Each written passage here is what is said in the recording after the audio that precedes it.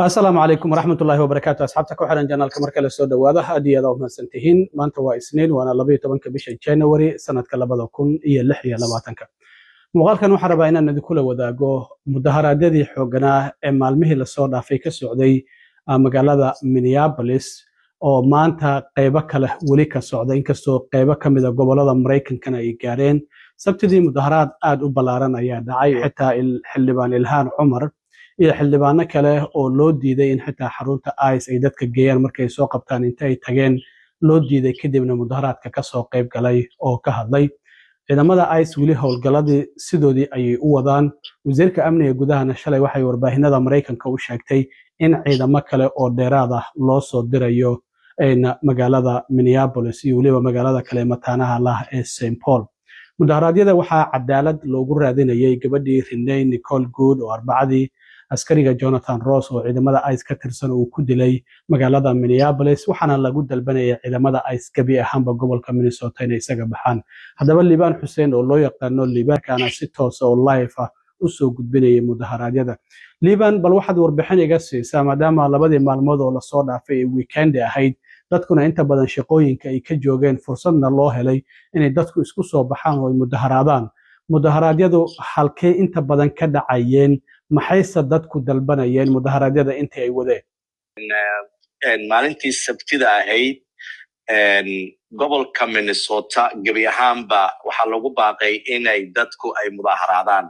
mudaharaadayadu runtii waxa ay ka dhacayeen goobo kala duwan goobahaasi sida xaafadaha kala duwan oo Bronzeville, St. Louis Park, Hopkins xaafado aad u fara badan oo mudaharaadyo ay ka dhacayeen aniga midka aan ka qayb galay kii ugu weynaa ayuu ahaa uguna socodka dheeraa laga soo bilaabo Bloomington iyo Chicago ayaa waxa ay isku soo baxeen kumanaan muwaadiniin oo runtii Mareykanka ah ayagoo boorarkoodana ay ku qornaayeen ICE ha ka baxdo Minneapolis waxay ka soo horjeedeen dilkii loo geystay gabadhii u ololeynaysay immigrant-iga oo magaceeda la yiraahdo Renee Good ay aad ka ugu xumaayeen lugtii lagu maray wadadaasi waa taqaanaa Bloomington ilaa Portland ayaa waxaa lug kale lagu sii tagay halka gabadha Renee lagu dilay isla markaasina dadku aad bay runtii shucuurtooda u kacsanayd ayagoo ku dhawaaqayay hadallo ama halku dhigyo ay lahaayeen ICE ka baxdo dhulka wadanka anaga iska leh anaga Amerikaana nahay ICE uma dul qaadan karno waxa kale oo rabnaa Renee inay maaragtay ay hesho dilkii loo geystay inay hesho xaqsoor ninka dilay booliiska in la soo qabto la xiro marka ereyadoodu sidaasay u badnaayeen goobtaasna waxaa runtii ka soo qayb galay Congress Ilhaan Cumar oo halka ayadu laftirkeed ay joogtay waxa kaloo joogay jaaliyad aad u fara badan oo Soomaali ah waxa kaloo indhahayga qabanayay oo la lugeynayay dadka cilmiyow inta aan mudaharaadka aan istaagaynin hawadana aad bay u qaboweyd qofka wajigiisa ma arkaysid qof ka saay malaha ilaa qofku kula hadla mooyee qof walba uu qaboob xun baa jiray gabdho Soomaaliyeed oo waxaan arkayay gaari ay wataan oo gaariga alaabta lagu jiido yar oo termiisyo fara badan ugu jiraan ayaa waxay ii sheegeen termiisyadooda inay ugu jiraan shaah ayagoo sii socda ayay shaah sii qiibinayeen Soomaalidu laftirkeed marka banaanbixii ugu weynaa ayuu ahaa gobolka Minnesota shalay ka dhacay waa tahay Liban waa mahadsan tahay Soomaalida iyo doorka ku lahayd waan u soo laaban doonaa in ciidamada ICE wali waa la soo kordhinaya markii hore 2,000 ayaa lagu bilaabay 1,000 kale ayaa lagu soo daray hadda 3,000 ka badan ayaa Minnesota joogta wasiirka amniga gudahana shalay waxay sheegtay in ciidamo kale oo dheeraad ah ay u soo diri doonaan Minneapolis iyo St Paul waa sidee marka cabsida jirta waxaan ognahay in meel kasta ay tagayaan oo dadkii dukaamadii goobihii gas stationada meelahoodii shaqada in maqaayadihii meel kasta ay tagayaan xitaa dad la arkayo guryahooda laga soo bixinayo waa sidee cabsida jirta maadaama askar fara badan oo ICE hadda joogto kuwa kalena la soo wado sidee cabsida ka jirta gobolka Minnesota ay tahay run ahaantii waa saa sheegtay cabsida aad bay runtii u laba jibaarmaysaa jaaliyadda gaar ahaan Soomaalida ku nool gobolka Minnesota cabsideeda aad bay laba jibaar u noqonaysaa sababtoo ah iskuuladii aan la aadi karin caruurtii aan iskuul loo diri karin ciidanka ICE haddii sidaas sheegtay ay ku soo darayaan 2,000 qof oo ciidan haddii la keeno ma aha mid jidadka ay dadka qabanayaan guryaha ayay gali doonaan sida wararka aan ku maqlay xaafad bay maaragtay ilbaabada u gali doonaan weliba waxaa kaloo maqlay inay haddii aad leedahay hataa sharci ay kiis kale ay ku samayn doonaan oo aan jirin oo lagu qabto oo sharcigan laga qaado marka cabsida gobolka Minnesota gabi ahaanba lama qiyaasi karo iska badaa dadkii sharci la'aanta ahaa ee derbiyada ka soo booday warkooda dhaaf kuwii sharciga lahaaba ayaa mataqaana gacan ku gabasho ku jira cilmiyow arrintaas haddii wax ka weydiiyo Libano waxa jirtay isla arbacadii maalintii gabadhii Renee Nicole askariga ICE uu dilay iyagoo qof sida ay sheegeen ceyrsanaya iyo waxay tageen iskuulka sare ee Roosevelt oo ku yaala koonfurta Minneapolis halkaas oo ardadii iyo macallimiintii ay iskula dhaceen oo xitaa si kooban macallin kamid ah iskuulka ay u xireen waxaan ogeyn in qamiistii iyo jimcihii iskuulada la xiray public ah oo dawladdu ay leedahay hadda maanta waa isniin iskuuladii dib ma loo furay waana sidee xaaladda iskuulkii Roosevelt oo ciidamada ICE ay tageen iskuuladii maanta dib waa loo furay laakiin iskuulka Roosevelt maanta ayagoo iskuulkii ardaydii ay yimaadeen ayay banaanbax samaynayeen wadada eriyada iskuulka u dhow iyo moolka buunda u dhow oo dadku ay maraan halkaas saxmada ah ayay mudaaharaad ku samaynayeen ardaydii iyo weli macallimiintooda kuwa aan la kulmay ayaa waxay ii sheegeen Soomaali baa ku jirtay inay ka xun yihiin weerarkii ICE ku soo qaaday iyo dilkii loo geystay Renee marka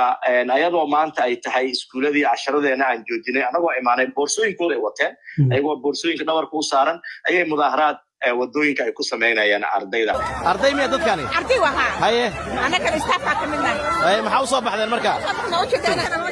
ma sha Allah marka ardayda iskuulkee waay Roosevelt area high school waay miya haye marka waxa u soo baxdeen عايز بعد عايز تدور هاي ما انت ما حوصل بحدين ما شاء الله هاي بل immigrants are human اوكي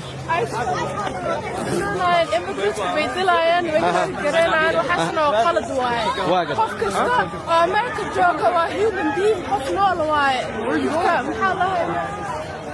واو marka saak iskuul lama aadin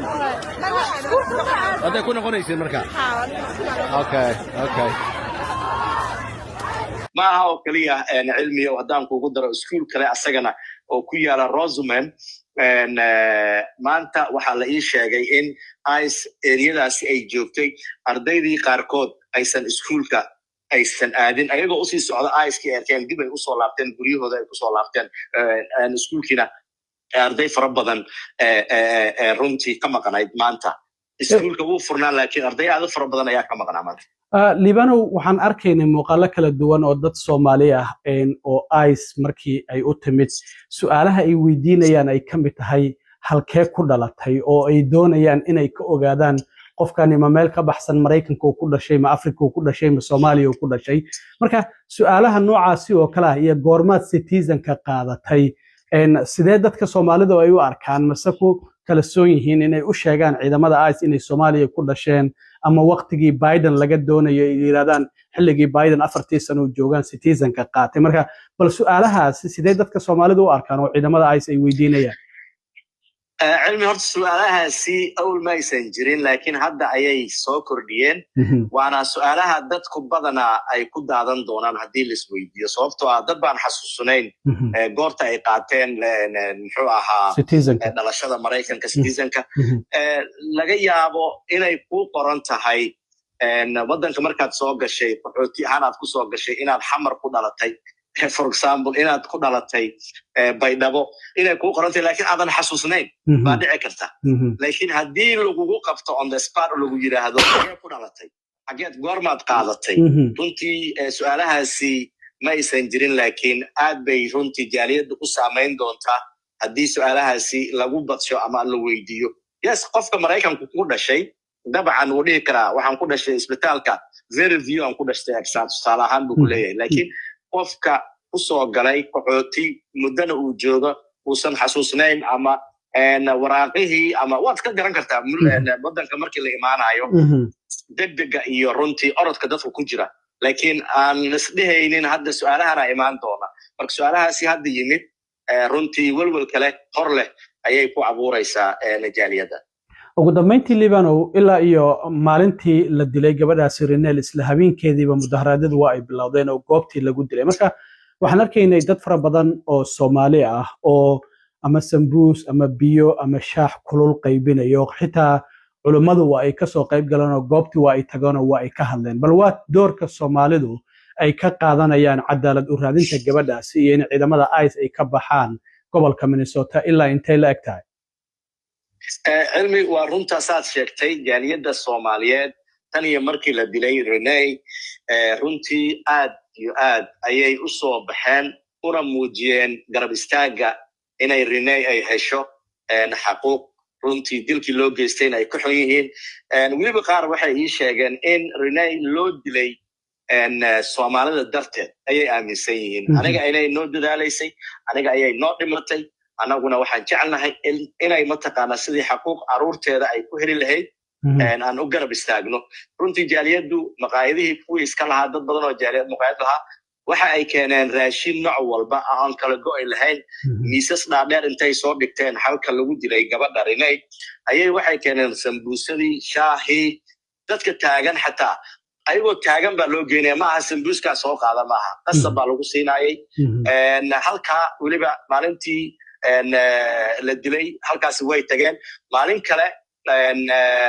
jimcihii asarkii ayaa halkaa lagu dugtay halkaasna waa lagu aadaamay waad maqrashay aadaanka salaada halkaas ayaa runtii iyadoo goobtii lagu dilay dadku ay taagan yihiin ayaa aadaan lagu sameeyey runtii jaaliyaddu masaajidada culimada mar walba way ka hadashaa in la garab istaago ICE sidii waddanka ay uga bixi lahaayeen ay hal qof ay wada noqdaan dadku marka jaaliyaddu runtii qayb libax ayay ka qaadanaysay GoFunding loo sameynayay gabadha la dilay iyo caruurteedaba loo sameynayayna qayb weyn ay ka qaadanayeen sida ii sheegeen laakiin jaaliyaddu cilmi ugu dambeyntii way soo baxeen intii sharciga haystay waxay dhaheen kori hoos ICE hadday rabto way ku qabanaysaa ama way ku daayinaysaa banaanka adoo dagaalamaya oo ordaayo un halagu qabto